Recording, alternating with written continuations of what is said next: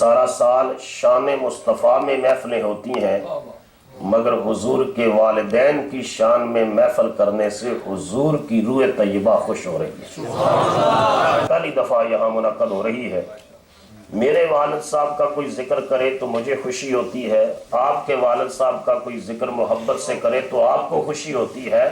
مصطفیٰ کریم کو کتنی خوشی ہوگی کہ جو دو جہانوں کے سردار ہیں، ہم امریکہ میں بیٹھ کر مصطفیٰ کریم کے والدین کا ذکر کر رہے ہیں۔ اور مجھے سب سے زیادہ خوشی اگر کوئی محفل میں بلائے تو اس وقت ہوتی ہے جب بلانے والا یہ کہے کہ آپ نے اس موضوع پر گفتگو کرنی ہے، کیونکہ موضوع کے اوپر گفتگو کرنا یہ انتہائی ضروری ہے تاکہ بیان کرنے والے کو بھی پتا ہو اور سننے والوں کو بھی پتا ہو۔ اور حافظ صاحب نے اس بات کی تاکید فرمائی کہ جو ہے وہ حضور کے والدین کریمین کا موضوع، حضور کے والدین کے ایمان کا موضوع، ہم سب کا یہ عقیدہ اور ایمان ہے کہ حضور کے والدین جنتی ہیں۔ بولو سارے حضور کے والدین، حضور کے ماں باپ تمام آباء و اجداد حضور کے جنتی ہیں، اور جو شخص حضور کے والدین کو جنتی نہیں مانتا وہ بلا شبہ انہوں نے درست کہا پکا جہنمی اور منافق ہے۔ چاہے وہ نمازیں پڑھتا رہے، چاہے روزے رکھتا رہے، حج کرتا رہے، حضور کے والدین کے بارے میں جو ایمان نہیں رکھتا کہ وہ جنتی ہے، ان کے بارے میں علماء کے فتوے ہیں وہ ملعون ہے، لعنتی ہے، کیونکہ مصطفیٰ کریم علیہ السلام کے والدین کے بارے میں جو ہے ہمارا یہ عقیدہ ہے کہ وہ صاحب ایمان ہے اور وہ جنتی ہے۔ سبحان اللہ۔ اچھا، اب کتابوں کے اندر عالم عرب کے اندر حضور کے والدین کے ایمان پر 52 کتابیں لکھی ہوئی ہیں۔ 52 books are written on the iman and faith of parents of رسول اللہ صلی اللہ علیہ وسلم۔ 92 کتابیں جو ہے 52 کتابیں حضور کے والدین کریمین کے ایمان کے حق میں لکھی ہوئی ہیں۔ بہت بڑے مکہ مکرمہ کے ایک عالم تھے حضرت علامہ محمد بن علوی مالکی، وہ لاہور ایک مرتبہ تشریف لائے تو میں نے ان کی زیارت بھی کی تھی۔ وہ ہمیشہ مکہ مکرمہ میں اپنے گھر میں میلاد مصطفیٰ کرتے تھے۔ انہوں نے پوری کتاب لکھی جو ہے حضور علیہ السلام کے والدین کریمین کے ایمان کے اوپر۔ اب جتنی بھی کتابیں ہیں ان میں 4 اقوال پائے جاتے ہیں حضور علیہ السلام کے والدین کے بارے میں۔ 3 پر علماء کا اتفاق ہے، 1 علماء نے رد کیا۔ سب سے پہلا قول یہ ہے کہ حضور علیہ السلام کے والدین دین فطرت کے اوپر تھے، کیونکہ جب حضور کے والدین کا زمانہ تھا تو روح زمین پر کوئی نبی اور رسول، بولو سارے، نبی اور رسول روح زمین پر کوئی نہیں تھا، کیونکہ حضور علیہ السلام کی ولادت باسعادت سے 570 سال پہلے حضرت عیسیٰ آسمانوں پر اٹھا لیے گئے تھے، روح زمین پر کوئی نبی اور رسول نہیں تھا، تو حضور علیہ السلام کے والدین دین فطرت پر تھے۔ اور دوسرا قول یہ ہے کہ نبی پاک علیہ السلام کے والدین کریمین دین ابراہیمی کے اوپر تھے، جو حضرت ابراہیم سے دین چلا رہا تھا، کعبہ کے متولی ہونے کی حیثیت سے یہ سارا خاندان اور قبیلہ اسی دین ابراہیمی کے اوپر موجود تھا۔ اور وہ اس کی دلیل سن لیجئے، حضرت امام ابن منذر نے اپنی تفسیر کے اندر صحیح سند کے ساتھ لکھا ہے کہ حضرت ابراہیم علیہ السلام یہ دعا مانگا کرتے تھے جو ہم ہر نماز میں اتحیات میں مانگتے ہیں، ربی جعلنی مقیم الصلاۃ ومن ذریتی، اے اللہ مجھے بھی نماز پر قائم رکھ، ومن ذریتی، اور میری ذریت کو بھی نماز پر قائم رکھنا۔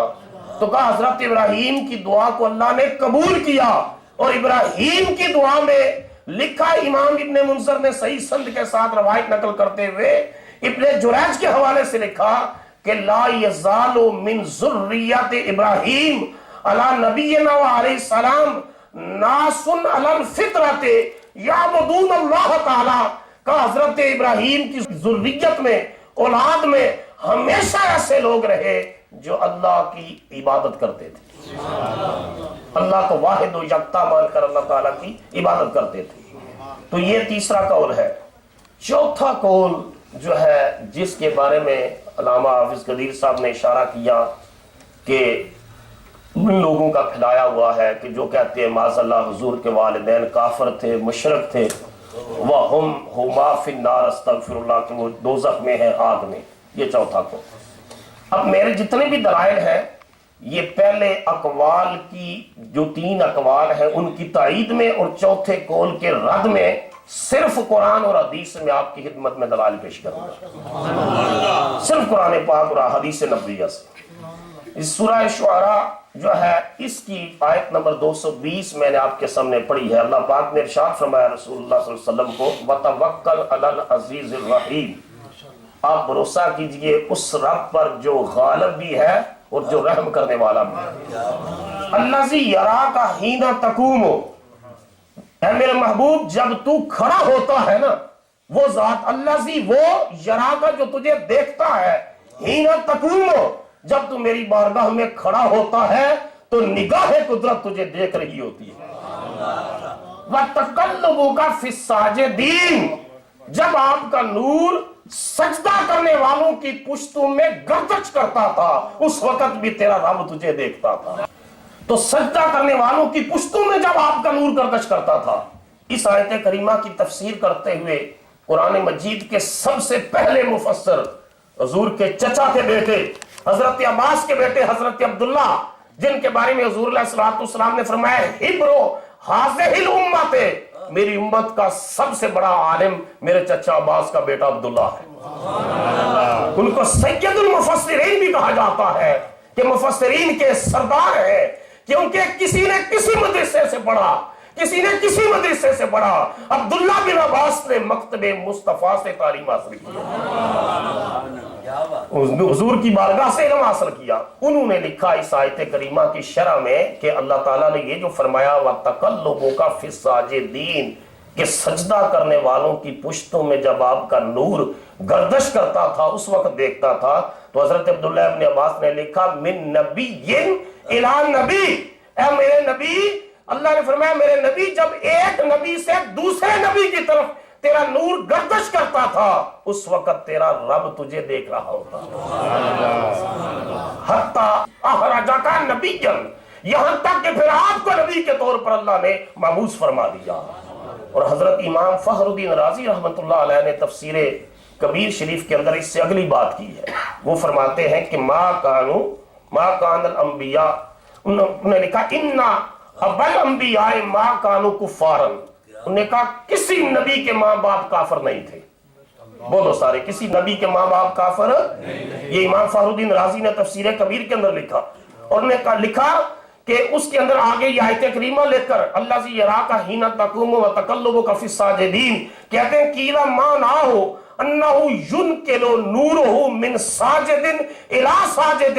امام رازی نے لکھا اللہ نے فرمایا میرے محبوب جب ایک سجدہ کرنے والے سے دوسرے سجدہ کرنے والے کی طرف تیرا نور منتقل ہوتا تھا اس وقت تیرا رب تیرے نور کا جلوہ دیکھتا تھا. انہوں نے کہا دلالتاً ان جمیع آباء محمد کانوا مسلمین. امام رازی نے لکھا یہ آیت دلالت کرتی ہے کہ حضرت آدم علیہ السلام سے لے کر حضرت عبداللہ تک اور سیدہ حوا علیہ السلام سے لے کر سیدہ آمینہ سلام اللہ علیہا تک جس باپ کی رحم میں آپ کا نور آیا اور جس باپ کی پشت میں آپ کا نور آیا اور جس ماں کی رحم میں آپ کا نور آیا، امام رازی نے لکھا وہ سارے کے سارے سجدہ کرنے والے لوگ تھے. اللہ واحد و یکتا کو سجدہ کرنے والے تھے، وہ مشرک و کافر نہیں تھے، وہ سارے کے سارے اللہ کی توحید کے قائل تھے.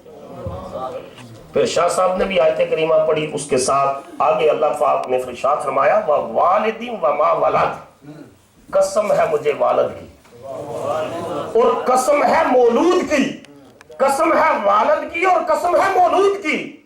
تمام جو بڑے بڑے ائمہ تفاسیر ہیں نے لکھا ہے کہ یہاں والد سے مراد حضرت عبداللہ اور مولود سے مراد حضور کی ذات ہے.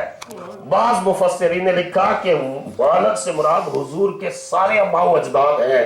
اللہ پاک نے حضور کے بارے میں فرمایا کہ اے میرے محبوب جس جس سلب میں تیرا نور آیا میں ان سارے والدین کی قسم اٹھاتا ہوں،